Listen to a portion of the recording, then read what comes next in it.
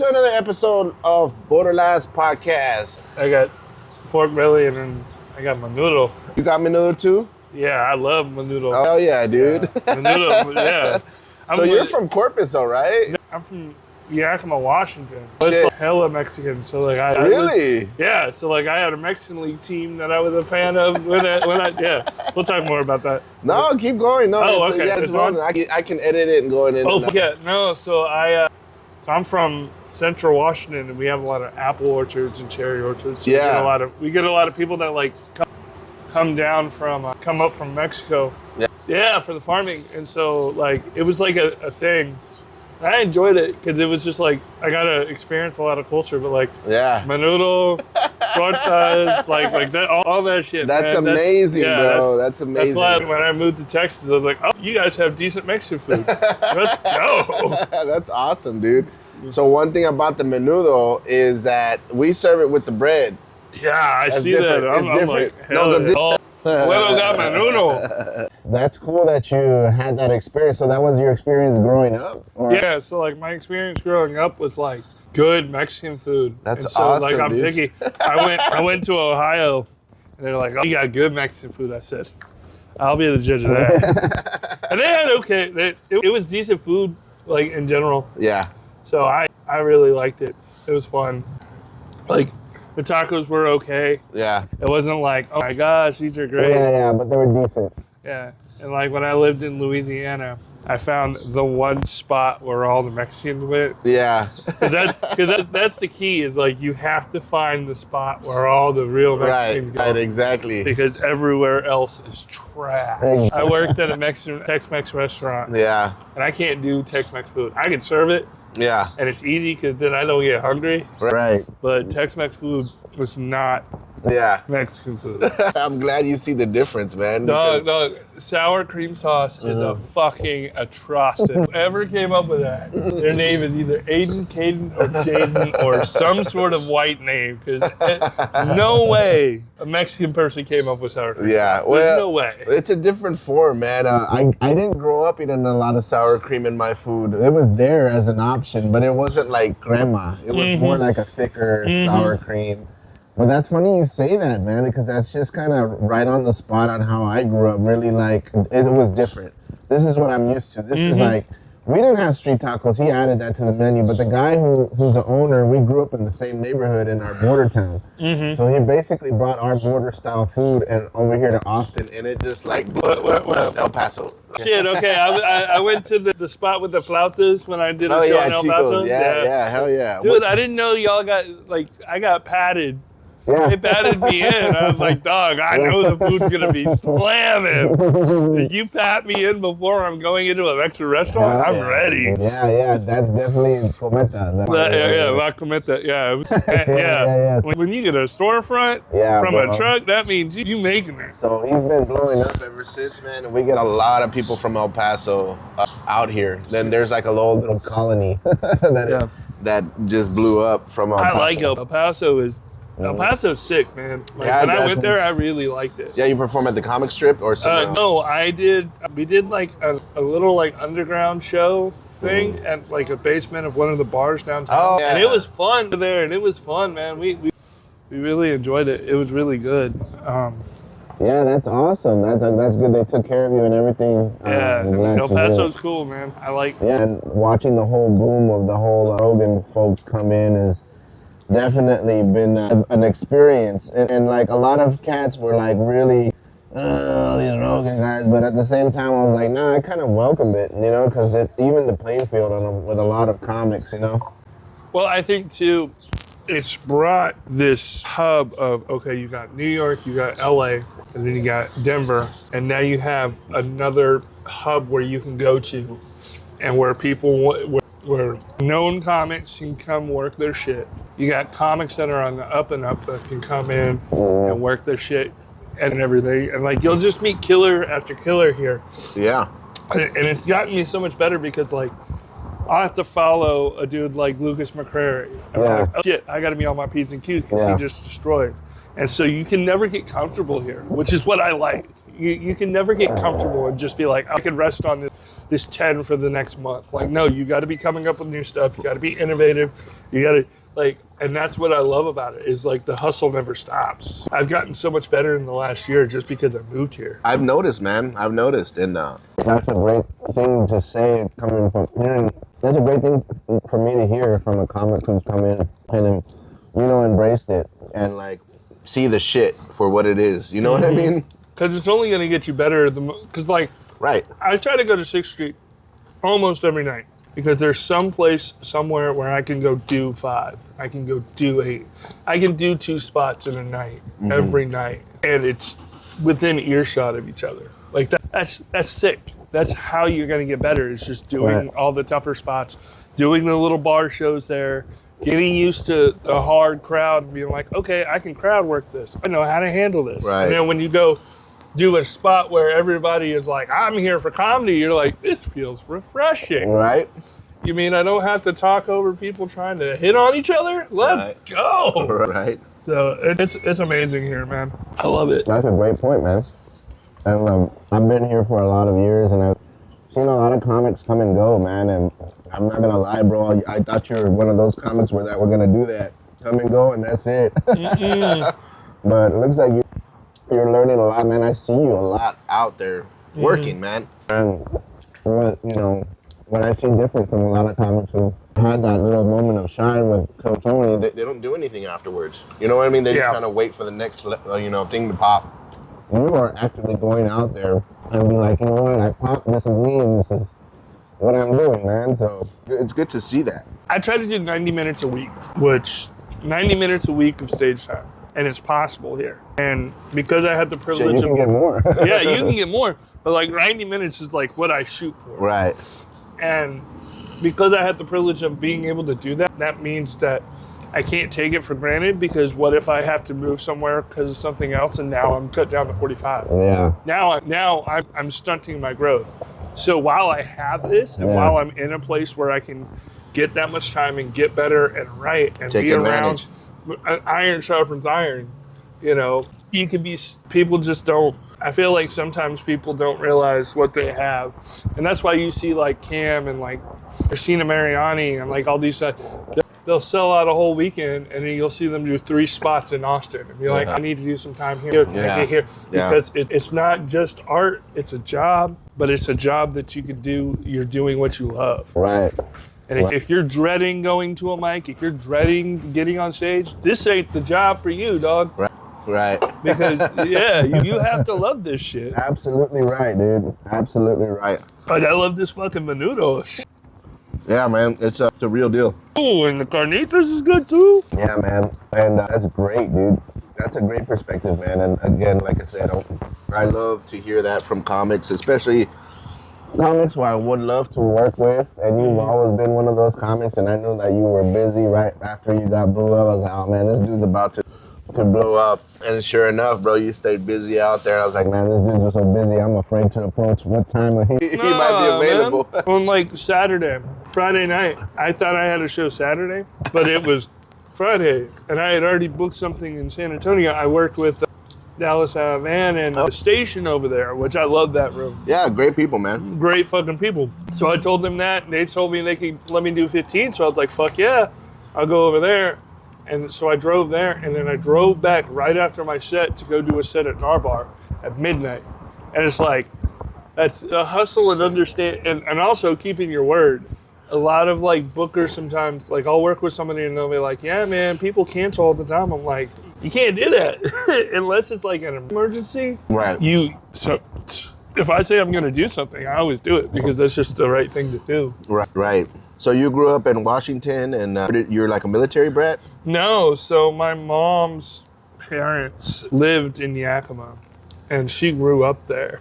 Okay. And then when she married my dad in Virginia, she wanted to be back home near her family, so we moved to Washington. And we bounced around in the Pacific Northwest a lot, but then we settled on Yakima when I was like in 5th grade. And I love it. It's like, it's authentic Mexican culture. nice, bro. Yeah, like I was a fan of Pumas. Like I was a Pumas fan because you had to have a Mexican League team as a fan in middle school. Like, so I was a fan of Pumas. I knew who Vicente Fernandez was. That's awesome, bro. Like I listen to Grupo Frontera all the time, and like Nat Noel Cano, like awesome. that stuff. Yeah, that's awesome because that's rare. Like I would never imagine that Washington has a Mexican scene per se. Mm-hmm. And I heard there was, but I never like really like paid it. Like when I did my investigation.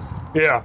And I think a lot of people don't realize it because they don't realize how many people come over to do all the farm work over there. Right. And so it's like when people and I think it's changed my perspective because a lot of people that have this like, oh, you don't need immigrants, this and that. I'm like, dog, they're some of the hardest working, nicest people you'll ever meet.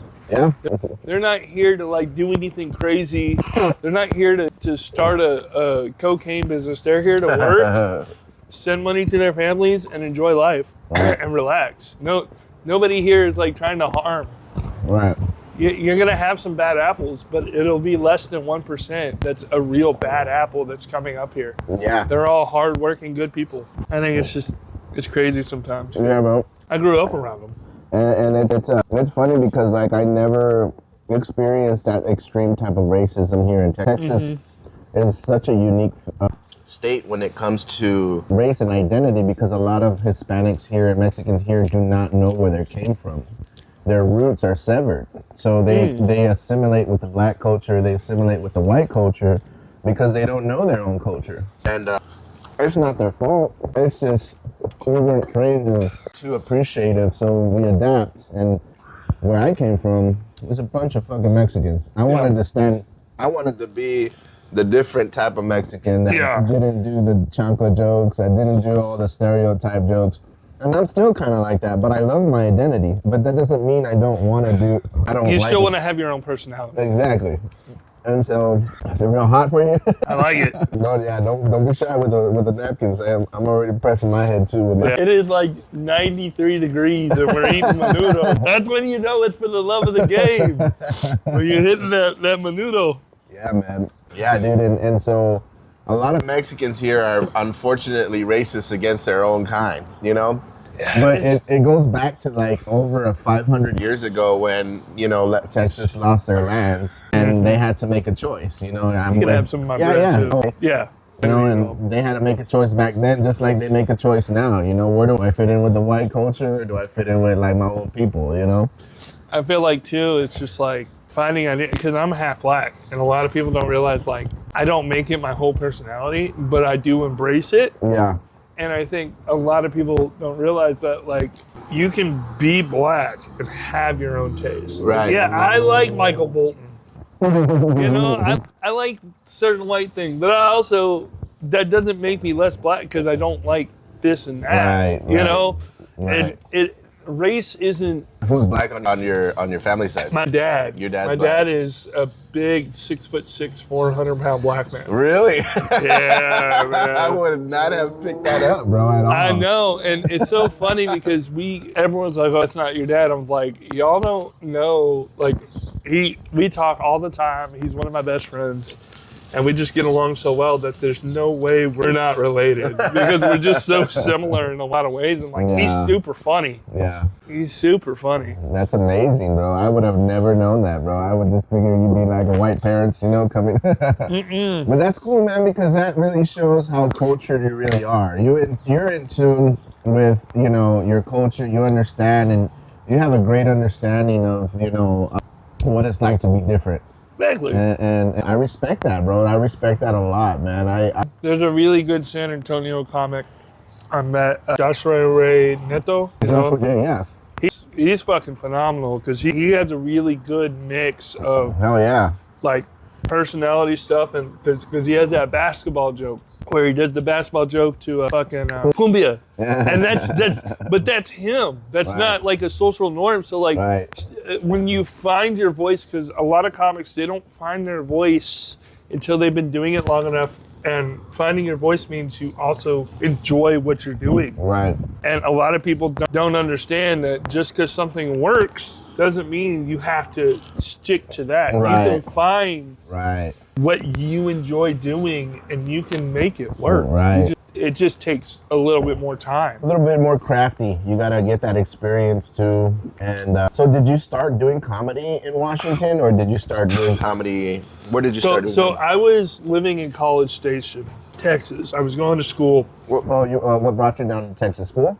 Yeah, so I was in the Air Force for 4 years. I lived in San Antonio. Okay. And then after I got out, I went back to Washington State for a year.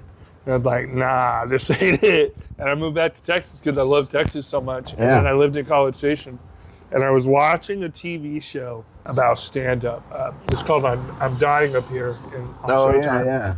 And I fell in love with it. And I was like, this stand-up thing might be cool. So I came in and I looked up if there was an open mic that night. In San Antonio? In College Station. Oh, okay. College Station when I was living there. Okay. And it was. And I did a 5-minute horrible story. Dragged on. It was awful. But it was like, but I felt like, man, this is what I want to do. And then when I did it, I was like, I like this. Liberating for you. Huh? It felt like this is fun. You know, I went to Shreveport for a year, did comedy there. Okay. Eye-opening. Because that's everywhere you go, there's a lesson you're going to learn. Whether you enjoy this, where you're at or not, there's always something you're going to learn from doing comedy somewhere. Yeah. And you're always going to be thankful that you went there. And I'm thankful because I was still trying to find my voice at that time. And then when I moved to Dallas and I started being around a lot more comics. Yeah. 4 years in, that's when I started finding, I should be energetic on stage. Because I was an awkward one-liner comic. I wanted to do the one-liner thing. And I was like, when I found like what I needed to do, it was different. Yeah. 4 years in, that was when I started really taking it seriously. And then like about 5-6 years in, I was like, I need to go to Kill Tony. Because I wasn't getting booked in Dallas, and I was like, maybe if I do well on Kill Tony, they'll book me in Dallas. That was literally my thinking because I just couldn't get on stage because people didn't know where to put me. They were like, you're too energetic to open. You're not ready to headline. And you can't go right before the headliner because then they have to follow that. So it was like, I was like, okay, let's show it. And then now we're here. And that's badass, bro. Yeah, so overall, about 6 years, 7 years? Almost 8 in August. And then so you've been bouncing around down south for a couple of years, and then you kind of, and then you stumbled across. Are you here in Austin now? Yeah, I've lived in Austin almost a year. It'll be a year in August. Awesome, brother. And I love it. I love Austin. I'm getting used to it now. I'm finding like the stuff I like to do in Dallas outside of comedy. I'm starting to find my home in Austin for that. Yeah, and especially like if you've always been labeled like weird, or you know, if you're gonna be weird, this is the definitely town to be weird in. You know what I mean? And I learned that from a young age. My brother came out here when he was 18, and this was about 97, 94, somewhere around there. Shit. So he was like a kid in a candy store. Yeah, bro, he was the original Austinites that came out here, and I would come visit him, and I was like so intimidated by Austin because there were so many white people. I'd never been around so many white people. And I did a weird one. My brother always. I lived in San Antonio. I lived off of Marbach in the fucking ghetto apartments. That's a hood shit. The ghetto apartments, West Pond. Yeah. Over there off of Horrell. I lived right there. I was the only white person that lived there. Yeah. Like we had a bunch of military, but none of the white people wanted to live in that apartment complex. I got called Wedo. It was like, oh, it's our Wedo. So like no one really fucked with me because they just realized I was just like living. I wasn't like scared. I wasn't like trying too hard to be a part of it. I was just being me. And so they were like, oh, he's cool. Yeah. He drinks at 9 a.m. He's like us. Pretty much, man. And that's always been like the attitude for San Antonio. That was the first place I moved to, and very welcoming city. That's where my wife is from. And I lived there for about 10 to 12 years, and I started off doing stand-up in San Antonio, and moved my way up, and then I've been here in Austin ever since. I think 2012 is when I officially became an Austinite per se. I love all the San Antonio comics. I know there, like Davey Jacks, Hank, Garza. Yeah. Shouts out to Dallas Man. Shouts out to all those guys, like all the comics over there that I really rock with. I did do a show in San Antonio where the host did 45 up top. What? Yeah. that was an experience, but it made me thankful because then I had to really win the audience an hour and a half later because he did it. And it was like, okay. Gig, man. And I was like, I got to do 35 and I got to work my ass off because these guys have been, the same 3 gay people have been heckled, have been crowd worked. How am I going to get them without having to do any cheap play? And it made me, it was one of those learning lessons that you get. Yeah. Because you'll learn something. Right. Get a doggy bag, but this is going to be the best. I'm dealing poker tonight. Okay. Because that's like what I do on Sundays. Yeah. Trying to make a little cash because trying to do comedy for a living. Oh, People don't realize you either are getting by or you're making fuck you money. There's no in between when you're doing comedy. It is, but I wouldn't trade it for the world. Because it's like, it's what you do, what you love. Yeah, and you know what? Instead of being like, oh, this isn't gonna work out because I have to do this and this, it's like, nah, I'll DoorDash when I got spare time. Yeah. I'll go deal poker. I'll go do so I can still make my dream happen and still be able to get up on stage as much as I can. Yeah. Because it's a privilege to do what we do. Right. And it's not a right. Right. So you have to earn it sometimes. And sometimes you have to do things that you're uncomfortable with. Yeah. Or that some people would see as like below. Right. You know, and it's like, nah, I'm not below being a DoorDash driver. Yeah. So let's take it back to that Kill Tony night, man. Shit. Okay. I'll tell you my experience first, and then you can dive into yours, man. And I tell everybody this, man. That night was your night. No doubt about it. You know what I mean? Yeah. And I didn't know what I was stepping into. And you kind of gave me a heads up without telling me a heads up. But I knew that there was something going on when I saw you on the side.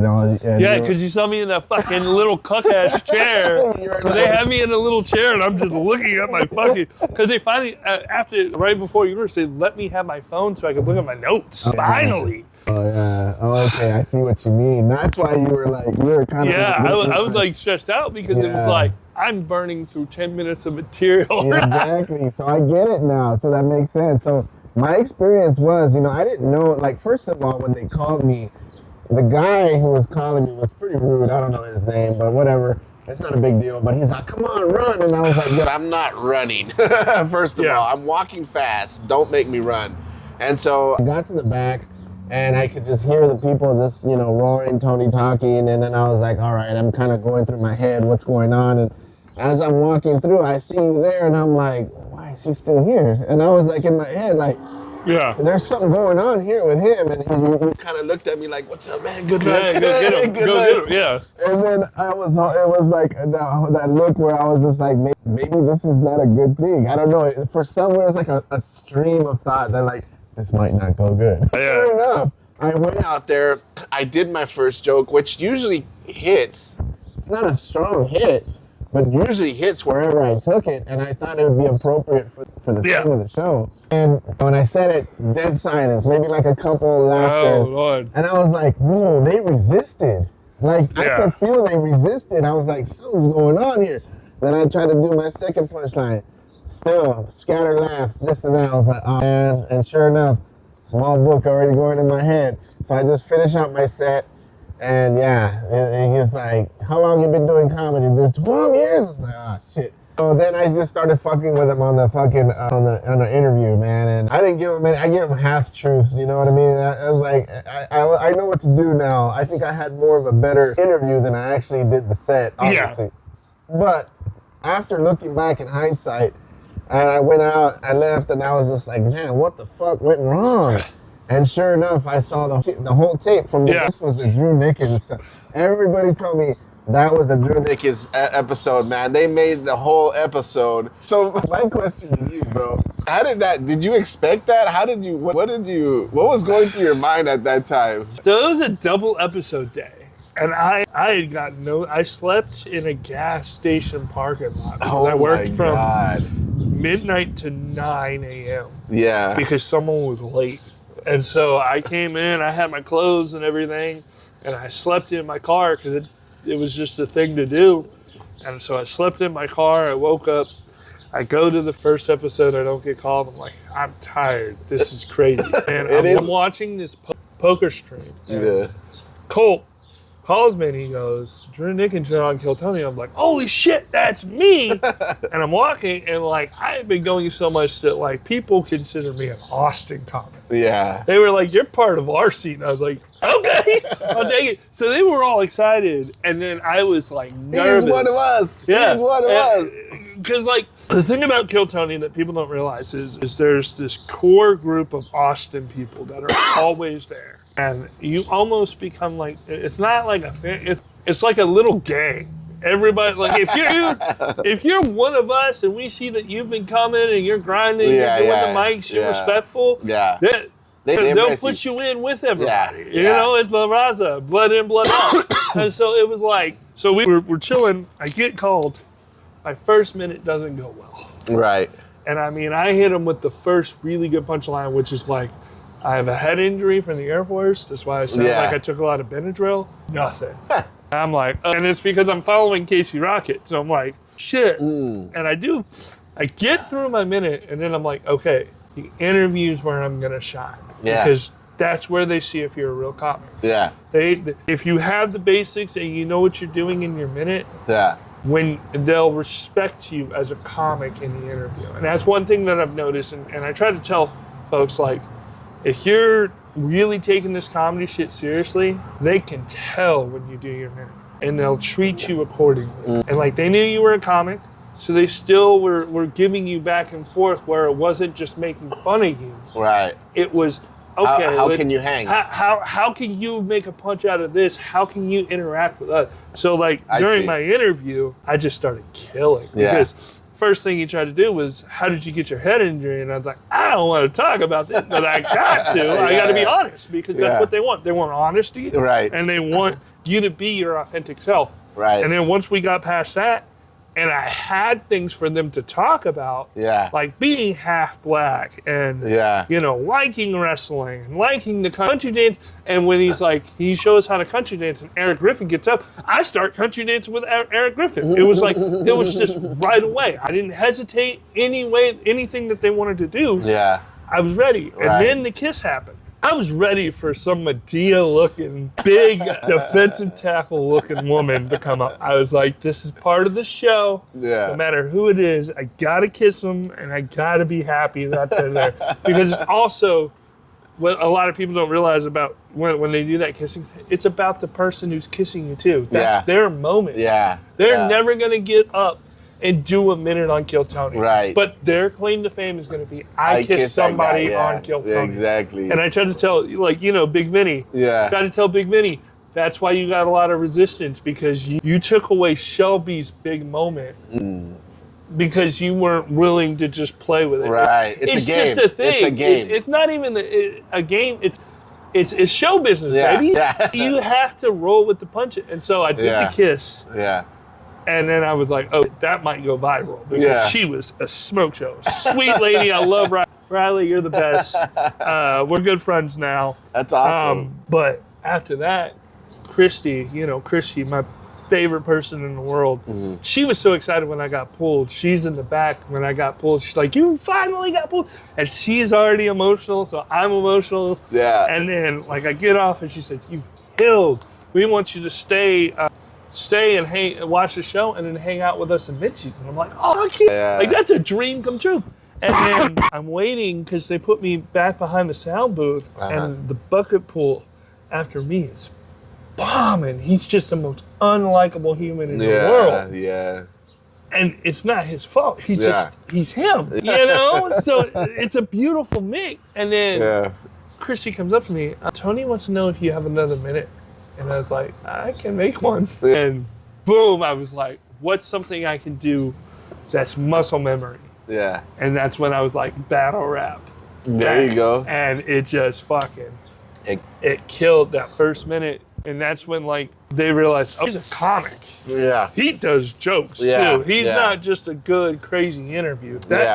That guy's got something. Right. I see. So you were kind of more calculated in that. I didn't realize that. What, in my interview? Yeah, because I've been stuck. Because I had been going for 10.5 months and I was like, I get pulled. I'm trying to showcase that I'm a comic. I'm trying to showcase what I want to do because I want to make people happy, and I feel like I want to be an inspiration for people that think that because trauma has happened, Right. you can't do anything. You can't be a productive member of society. Right. My big thing was, no, you can. You just got to work hard, be kind, and never stop chasing your dream. And Right, so right. I was very much like, okay, I got to do well. So I was watching every episode for my friends, but I was also watching what to do in the interview, how to interact, how to just say yes to anything they want you to do that's not illegal. Like, just do it. And roll with it, be a good sport, because that's what makes the show so great. You never know what you're going to get. You never know what you're going to get when you're on stage. Yeah. And then I did all those minutes, and then they kept having me pop out. It was like, I was done, and then I was hanging out in the back at Mitzi's and hanging out with everybody. Everybody's super nice and kind. Yeah. And then I had to go back home because I didn't have a hotel. And I'm driving home, I'm like, this isn't real. I'm gonna wake up and nothing, like this didn't happen. Wow. I didn't think it was real. And I called my best friend and I called my dad. And I was like, this is what happened. I need you guys to tell me that it happened when I wake up, because I'm not gonna believe that it happened. That's cool, And man. so I couldn't really believe what happened until the day of our episode was airing. Yeah. And they did that. A legend is born. And I had like a little watch party. I was like, I'm not going to kill Tony. I'm having a watch party with some homeboys at the house. Wow. And, a moment of success, dude. yeah, and the girl that I accidentally said her real name on Kill Tony called me angry, and I'm like, dog, it's muscle memory. What? She called you for real? Dude, Riley, because everyone thought, okay, little inside baseball, everyone thought I said Riley. But it's actually Rylan, a girl that I really liked at the time. Yeah. And I made a joke because we actually went to the movie Sing 2, and she actually tried to take over my dating apps. Really? Because I let her because I like her. Right. But then I got my dating app back, and I was like, this ain't it, dog. I wanted you to just like have no there so I could like get with you. And so she calls me and goes, why'd you say my name? And I was like, dog, I don't think you understand what happened. Right. I was just I didn't know what I was going to do on stage until I got on. And and that's what happened. That's the way it goes. That's amazing, bro. She's cool with me now. Yeah. She's but married. She was married. She was a little upset though. Until I kind of told her, like, and then like 3 days later, she texted me, hey, I shouldn't have been so rough. That was your night. I shouldn't have called you on one of the biggest nights of your life. Yeah.